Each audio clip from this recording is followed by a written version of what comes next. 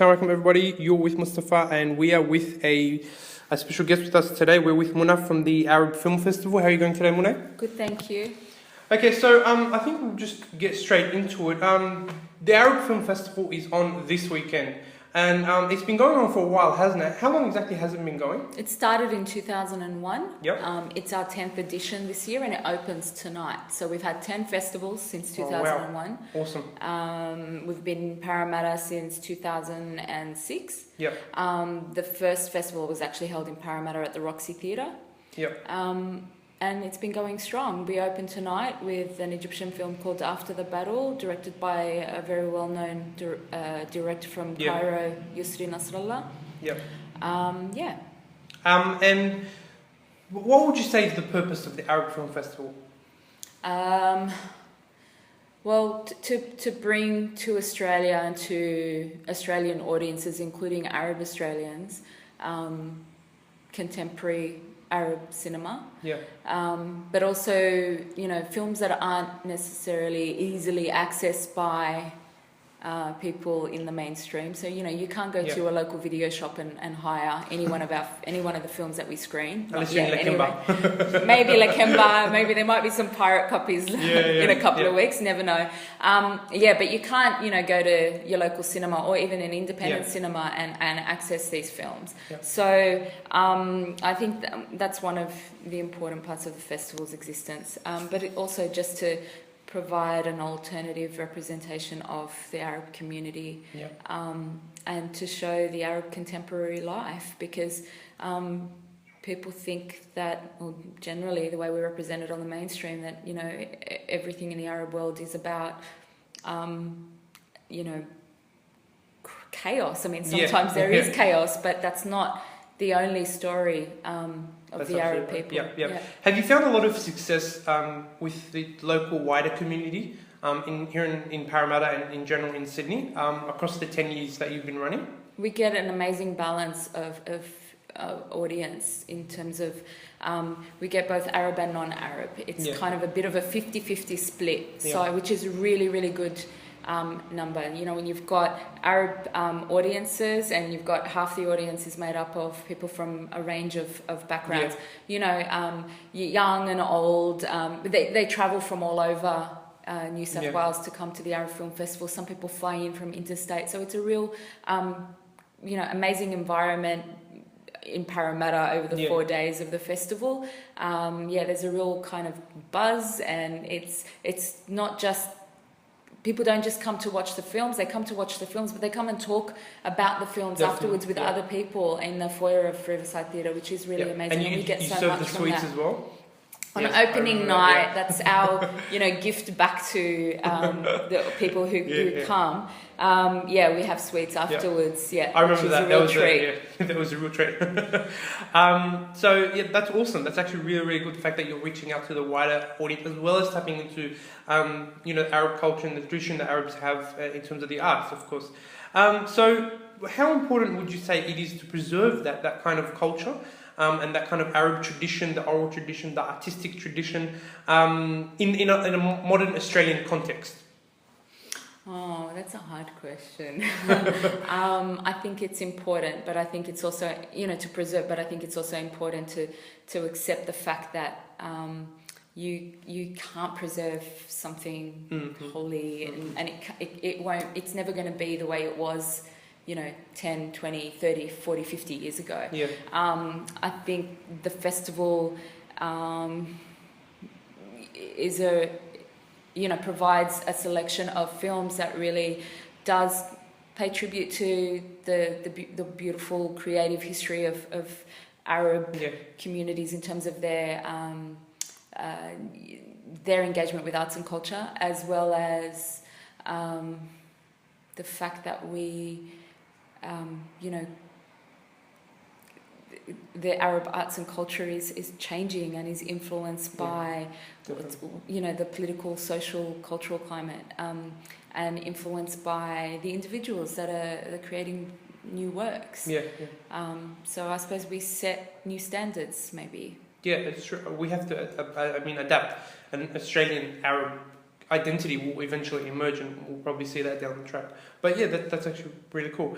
So to continue with that, is there any locally produced content that's going to play at the film festival this week? We've got 2 local works, short films. One is a music clip, which features a Phil Mansour, who's a Palestinian musician based in Brisbane, who will be joining us throughout the festival. Cool. His film clip is called Ghosts of Daddy Yasin.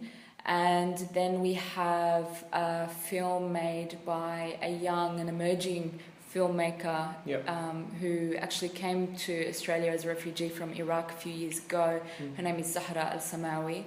She's studying at a film school now. But yeah, this is her first short and we're hosting the world premiere, so we're really excited. It's called Abu Nawas Kingdom, and it's a beautiful short film made with other Iraqi members of the community in Western Sydney. They both sound really, really cool, and it's great that we do have locally produced content to show at the film festival. And to go with that, so what's the lineup to see, and what would you say are the highlights other than the locally produced content? Well, we've got such a small festival, so everything is a highlight, really. Yeah. Okay, yeah, but true. Of course, the opening night film, it's an amazing film. It's perfect. It's very timely in terms. It's called After the Battle. Yusri Nasrallah directs it. He's an amazing filmmaker. With what's going on at the moment in Egypt and the planned demonstrations to occur this week, which is why he couldn't actually come out. So we had originally booked Yusri on a plane to be here with us earlier this week, and he decided at the last minute not to leave Cairo because he doesn't want to leave his family, he doesn't want to leave his friends at this time. And he's, there'll be a video message we play tonight of him introducing Is upheaval really reaching its peak down in Egypt? Sounds like it. I don't know. I mean, it just based on some of the media reports, and some of the people that we know in Egypt who are sending messages through saying, it's looking very ugly. I think the Egyptian community will be out tonight at the festival opening as a way of kind of, just being in solidarity with their people. And definitely. That sounds really good. But other films, Sleepless Nights, a must-see, Friday night, 8 o'clock, directed by Ilyan Rahab, who actually is an amazing documentary filmmaker who came to Australia in 2006 or 2007 for the festival. Really, really powerful doco. Will really kind of, I know when I first watched it, I was just like, it just frustrated me so much to meet the characters in this documentary, and it gave me a real insight into what really went down during the civil war in Lebanon, and how that must have, and still impacts on the Lebanese community now. So it's a definite must-see for Lebanese people who have migrated, especially the ones that migrated from the civil war. That's true. I can't wait for that one, actually. I'm probably going to see that one. Great. Awesome. And others, there's, beautiful films from Morocco and Algeria. The Moroccan film we close with, it's called Rough Hands. And it's a beautiful story, love, pain, relationships.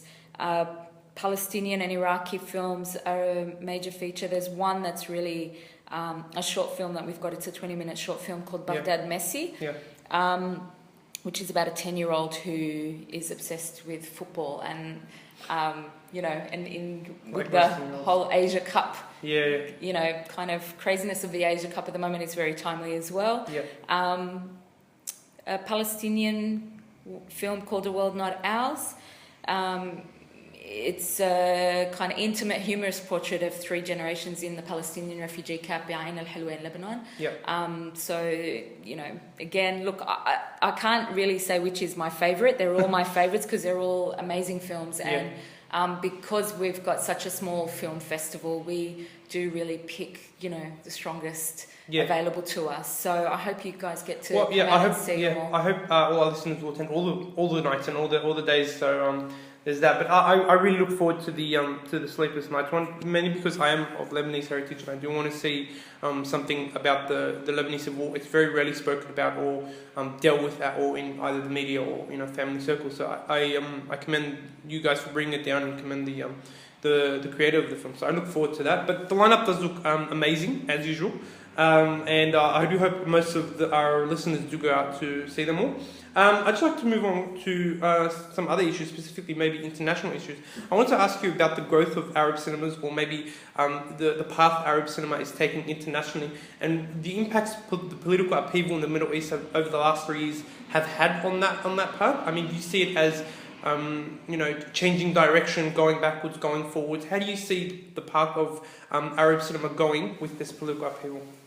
I think we're getting access to more and more Arab filmmakers are making films about, that reflect their people's situation and society. I think with just the technology makes it easier to get footage out there. So. And I suppose the style of filmmaking is a lot more kind of interactive with, what's going on the ground in various countries, including, what's happening in Egypt and what's happening in Lebanon.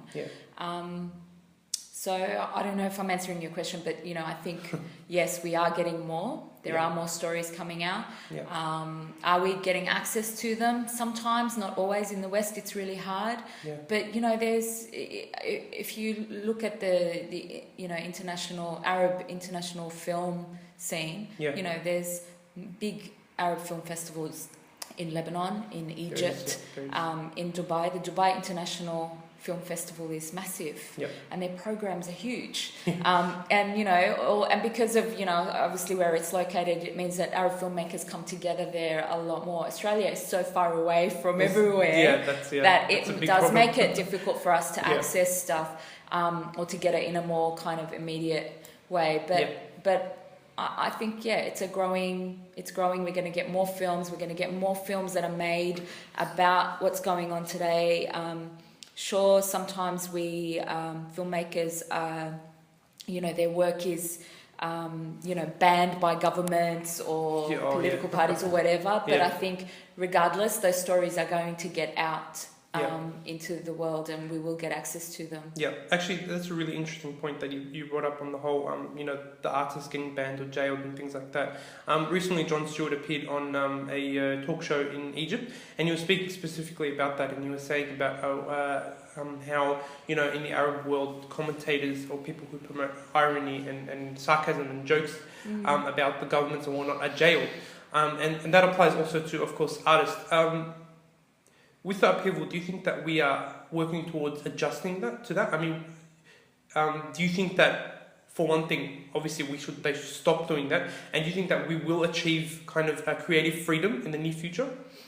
I hope so, yes, I do hope so. I don't feel confident in saying that the upheavals in various Arab countries is necessarily going to allow that to happen. Or change the fact that artists and commentators and filmmakers get attacked and banned and jailed for putting their story out. I don't know. I mean, look what's happened in Cairo, and look at the government that's in place now. I mean, it's kind of, I don't know if we've gone backwards or forward. I don't know. I can't really comment. I'm just, I'm confused with the political situation in the Arab world. I just can't. I do not understand how Egypt's got to where it is today and why.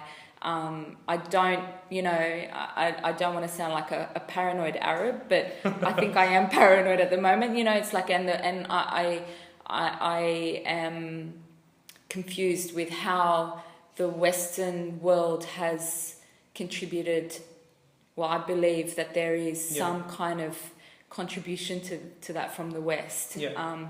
But I hope, I pray that, the Arab world, starts to move forward, and that the people, get what they want, because it's the people, at the end, it's the people that live in those countries that need to, create a safe and a productive place to live in, 100%. and not a horrible place to live in where you don't know if you can go out that day because of what's going on in the streets, or some people. The effects it has on the economy and people's lives, their emotional being as well. It's really distressing. That's good. Yeah, that's very true. So final question. I just like to deal with the fact that last year. A Separation, a movie from Iran, won the Best Foreign Film Oscar. And that was a great achievement for the film. The film is a fantastic movie. But I was wondering if you see kind of that kind of mainstream success coming to Arab cinema in the near future or down the track, or whether you think it will remain a kind of a niche minority category. I think that Arab filmmakers have the ability to, achieve success in the mainstream, and that ultimately we will get there. Yes. Yeah.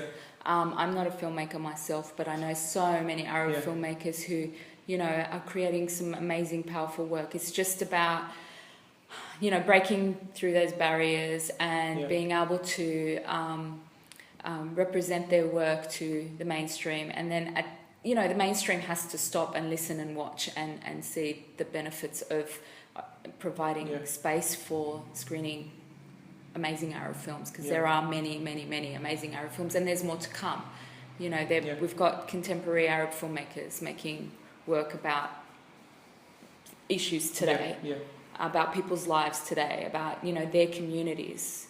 We're not all the same. We don't all come from the same. We don't all have the same spiritual beliefs, or we might have a common language in terms of Arabic, but again, the dialects are so diverse, and everyone comes from a different village, and with that comes so many stories. Yeah, that's true, very true. Great answer. Thank you very much for the interview today. Thank you. It's been a wonderful interview. The Arab Film Festival does begin tonight, and it goes until Sunday. And there are many, many different films and events that are going on. Please check the website, guys. Thank you again, Mouna, and I hope to see you again. Thank you.